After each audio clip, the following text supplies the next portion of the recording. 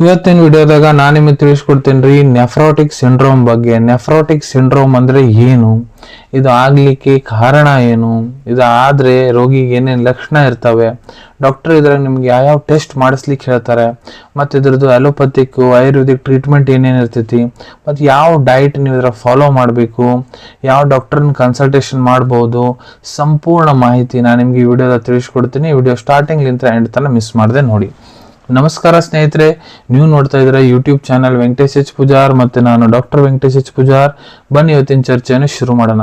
So ಮೊದಲಿಗೆ ನಾನು ನಿಮ್ಗೆ ತಿಳಿಸ್ಕೊಡ್ತೀನಿ ನೆಫ್ರೋಟಿಕ್ ಸಿಂಡ್ರೋಮ್ ಅಂದ್ರೆ ಏನು.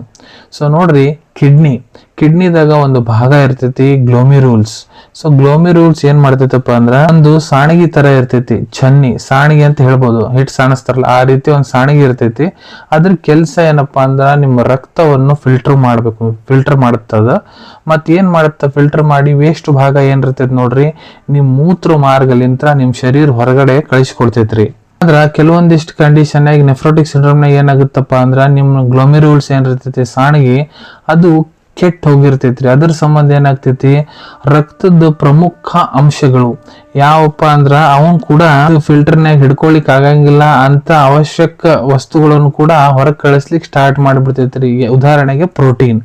ಸೊ ಪ್ರೋಟೀನ್ ಏನ್ ಮಾಡ್ತೈತಪ್ಪ ನಿಮ್ ರಕ್ತದಾಗ ಅಂದ್ರ ನೋಡ್ರಿ, ಪ್ರೋಟೀನ್ ಏನ್ ಮಾಡ್ತೈತಿ ನಿಮ್ ರಕ್ತದಾಗ ಅಂದ್ರ ನಿಮ್ ರಕ್ತ ಒಳಗಡೆ ನೀರಿನ ಅಂಶ ಏನಿರ್ತೈತಿ ಅದನ್ನ ಒಂದ್ ಕಡೆ ಕೂಡಿಸಿ ಇಟ್ಕೊಂಡಿರ್ತೈತಿ. ಮತ್ತ ನಿಮ್ ರಕ್ತದಾಗ ಪ್ರೋಟೀನ್ ಅಂಶ ಕಡಿಮೆ ಆದ್ರೆ ಏನಾಗ್ತೈತಪ್ಪ ಅಂದ್ರ ಅದು ನೀರ್ ಏನಿರ್ತೈತಿ ನಿಮ್ ಪೂರ ಶರೀರ ಒಳಗಡೆ ಹರಡಿ ಬಿಡ್ತೈತಿ. ಮತ್ತೆ ನಿಮ್ ಪೂರ ಶರೀರದಾಗ ಅದು ನೀರ್ ಹರಡತಂದ್ರ ನಿಮ್ ಪೂರ ಶರೀರ ಬಾತ್ ಬಿಡ್ತೈತಿ, ಮತ್ತೆ ನಿಮ್ದು ಪೂರ ವೇಟ್ ಜಾಸ್ತಿ ಆಗಿಬಿಡ್ತೈತ್ರಿ. ಸೊ ಇದಕ್ಕ ನೆಫ್ರೋಟಿಕ್ ಸಿಂಡ್ರೋಮ್ ಅಂತ ಹೇಳ್ತಾರ್ರಿ. ಇದು ಆಗ್ಲಿಕ್ಕೆ ಕಾರಣಗಳು ಏನು? ಸೊ ನೋಡ್ರಿ, 90% ಕೇಸಸ್ನಾಗ ನೆಫ್ರೋಟಿಕ್ ಸಿಂಡ್ರೋಮ್ ಏನಿದೆ ಕಾರಣಗಳು ಗೊತ್ತಿರಂಗಿಲ್ಲ ರೀ. ಸೊ ಅನ್ನೋನ್ ಫ್ಯಾಕ್ಟರ್ಸ್ ಇರ್ತಾವ. ಮತ್ತೆ ಉಳಿದ 10% ಏನಿದೆ ಅದ್ರಾಗ ಜೆನೆಟಿಕ್ ಫ್ಯಾಕ್ಟರ್ಸ್ ಹಾಕವ್ರಿ. ತಂದೆ ತಾಯಿಗೆ ಏನ್ರ ಇದ್ರ ಮಕ್ಳಿಗೆ ಆಗ್ಬಹುದು. ಮತ್ತೆ ನಿಮ್ಗೆ ಏನ್ರ ಇನ್ಫೆಕ್ಷನ್ ಸಮಸ್ಯೆ ಇತ್ತಂದ್ರ, HIV ಐತಂದ್ರ, ಹೆಪಟೈಟಿಸ್ B, ಹೆಪಟೈಟಿಸ್ C ಐತಂದ್ರ ನಿಮ್ಗೆ ಇದು ಆಗ್ಬಹುದು.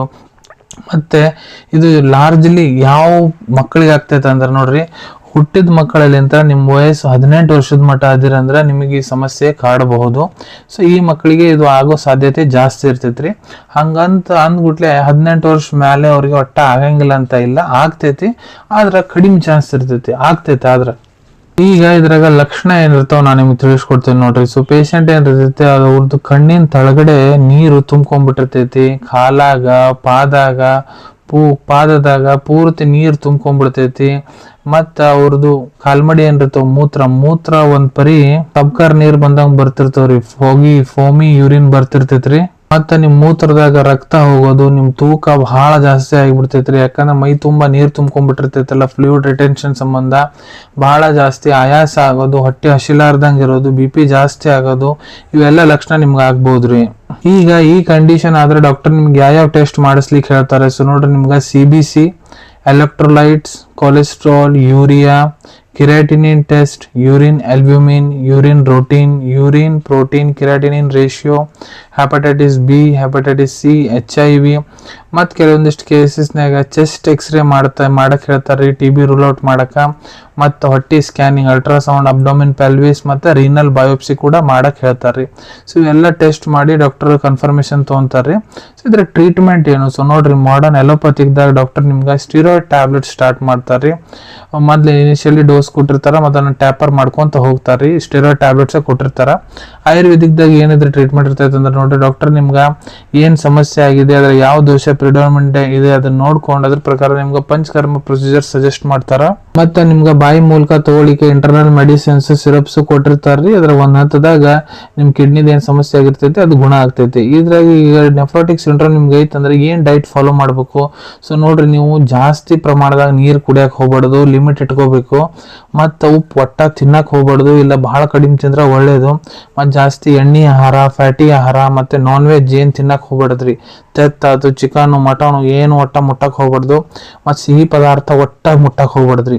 ಈಗ ನೆಫ್ರೋಟಿಕ್ ಸಿಂಡ್ರೋಮ್ನಾಗ ನೀವು ಯಾವ ಡಾಕ್ಟ್ರಿಗೆ ಭೇಟಿ ಆಗ್ಬೋದು ನೋಡ್ರಿ, ನಿಮ್ಮ ಫ್ಯಾಮಿಲಿ ಡಾಕ್ಟ್ರಿಗೆ ಭೇಟಿ ಆರಿ, ಇಲ್ಲ ಜನರಲ್ ಫಿಸಿಷಿಯನಿಗೆ ಭೇಟಿ ಆರಿ, ಇಲ್ಲ ನೆಫ್ರೋಲಜಿಸ್ಟ್ ಡಾಕ್ಟರ್ ಇದಕ್ಕೆ ಸ್ಪೆಷಲಿಸ್ಟ್ ಅಂತ ಇರ್ತಾರೆ, ಕಿಡ್ನಿ ಡಾಕ್ಟರ್, ಅವ್ರಿಗೆ ಭೇಟಿ ಆಗ್ಬೋದು. ಇಲ್ಲ ನಿಮ್ಮ ಆಯುರ್ವೇದಿಕ್ ಚಿಕಿತ್ಸೆ ಬೇಕಂದ್ರೆ ಆಯುರ್ವೇದಿಕ್ ಡಾಕ್ಟ್ರಿಗೆ ನೀವು ಭೇಟಿ ಆಗ್ಬೋದು. ಸೊ ನಿಮ್ಗೆ ಯಾವ ಟ್ರೀಟ್ಮೆಂಟ್ ಬೇಕು ನೋಡ್ರಿ, ಆ ಪ್ರಕಾರ ನೀವು ಡಾಕ್ಟರ್ಸ್ ಕಡೆ ಹೋಗ್ಬೋದು, ಅವ್ರಿಗೆ ಟ್ರೀಟ್ಮೆಂಟ್ ಕೊಡ್ತಾರೆ. ಸೊ ಅನ್ಕೊಂತೀನಿ ವಿಡಿಯೋದಾಗ ನಾ ಏನು ಮಾಹಿತಿ ನಿಮ್ಗೆ ಎಲ್ಲ ತಿಳಿಸಿದ್ದೀನಿ ಎಲ್ಲ ನಿಮ್ಗೆ ಬಹಳ ಒಳ್ಳೆ ರೀತಿ ಅಂತ ಅರ್ಥ ಆಗಿರಬೇಕು. ನೀವು ಮುಂದೆ ಕೂಡ ಇದೇ ರೀತಿ ಹೊಸ ಮೆಡಿಕಲ್ ಟಾಪಿಕ್ ಬಗ್ಗೆ ನೀವು ವಿಡಿಯೋಸ್ ನೋಡ್ಬೇಕಾ, ಚಾನಲ್ ತಪ್ಪದೇ ಸಬ್ಸ್ಕ್ರೈಬ್ ಮಾಡ್ಕೊಳ್ಳಿ. ಅಲ್ಲಿ ತೆಳಗಡೆ ಸಬ್ಸ್ಕ್ರೈಬ್ ಬಟನ್ ಕಾಣ್ತಾ ಇದೆ ನೋಡಿ, ಅದನ್ನ ಪ್ರೆಸ್ ಮಾಡಿದ್ರೆ ನಮ್ಮ ಮುಂದೆ ಹಾಕೋ ಎಲ್ಲ ವಿಡಿಯೋ ನಿಮ್ಗೆ ಬೇಗ ತಲುಪ್ತಾವೆ. ಈ ವಿಡಿಯೋ ನಿಮ್ಗೆ ಇಷ್ಟ ಆಗಿದೆ ಲೈಕ್ ಬಟನ್ನ ಪ್ರೆಸ್ ಮಾಡಿ, ಮತ್ತು ಈ ವಿಡಿಯೋ ಆದಷ್ಟು ನಿಮ್ಮ ಸ್ನೇಹಿತರ ಜೊತೆಗೆ ಶೇರ್ ಮಾಡಿ. ಇಲ್ಲ ಯಾರಿಗೆ ವಿಡಿಯೋ ಅವಶ್ಯಕತೆ ಇದೆ ಅವ್ರ ಜೊತೆಗೆ ನೀವು ಇದನ್ನ ಶೇರ್ ಮಾಡ್ಬೋದು. ವಿಡಿಯೋ ನೋಡಾದ್ಮೇಲೆ ಕೂಡ ನಿಮ್ಮ ಮನಸ್ಸಿನಾಗ ಏನಾರ ಡೌಟ್ ಇದ್ರೆ ಕಮೆಂಟ್ ಸೆಕ್ಷನ್ ಅಲ್ಲಿ ಕಮೆಂಟ್ ಮಾಡಿ, ನಾನು ಅದಕ್ಕೆ ಉತ್ತರ ಕೊಡ್ಲಿಕ್ಕೆ ಪ್ರಯತ್ನ ಮಾಡ್ತೀನಿ. ಸಿಗೋಣ ನಿಮ್ಮೆಲ್ಲರಿಗೂ ಮತ್ತೊಂದು ವಿಡಿಯೋದಾಗ ಒಂದು ಹೊಸ ವಿಷಯ ಜೊತೆಗೆ. Till then take care. ಧನ್ಯವಾದಗಳು.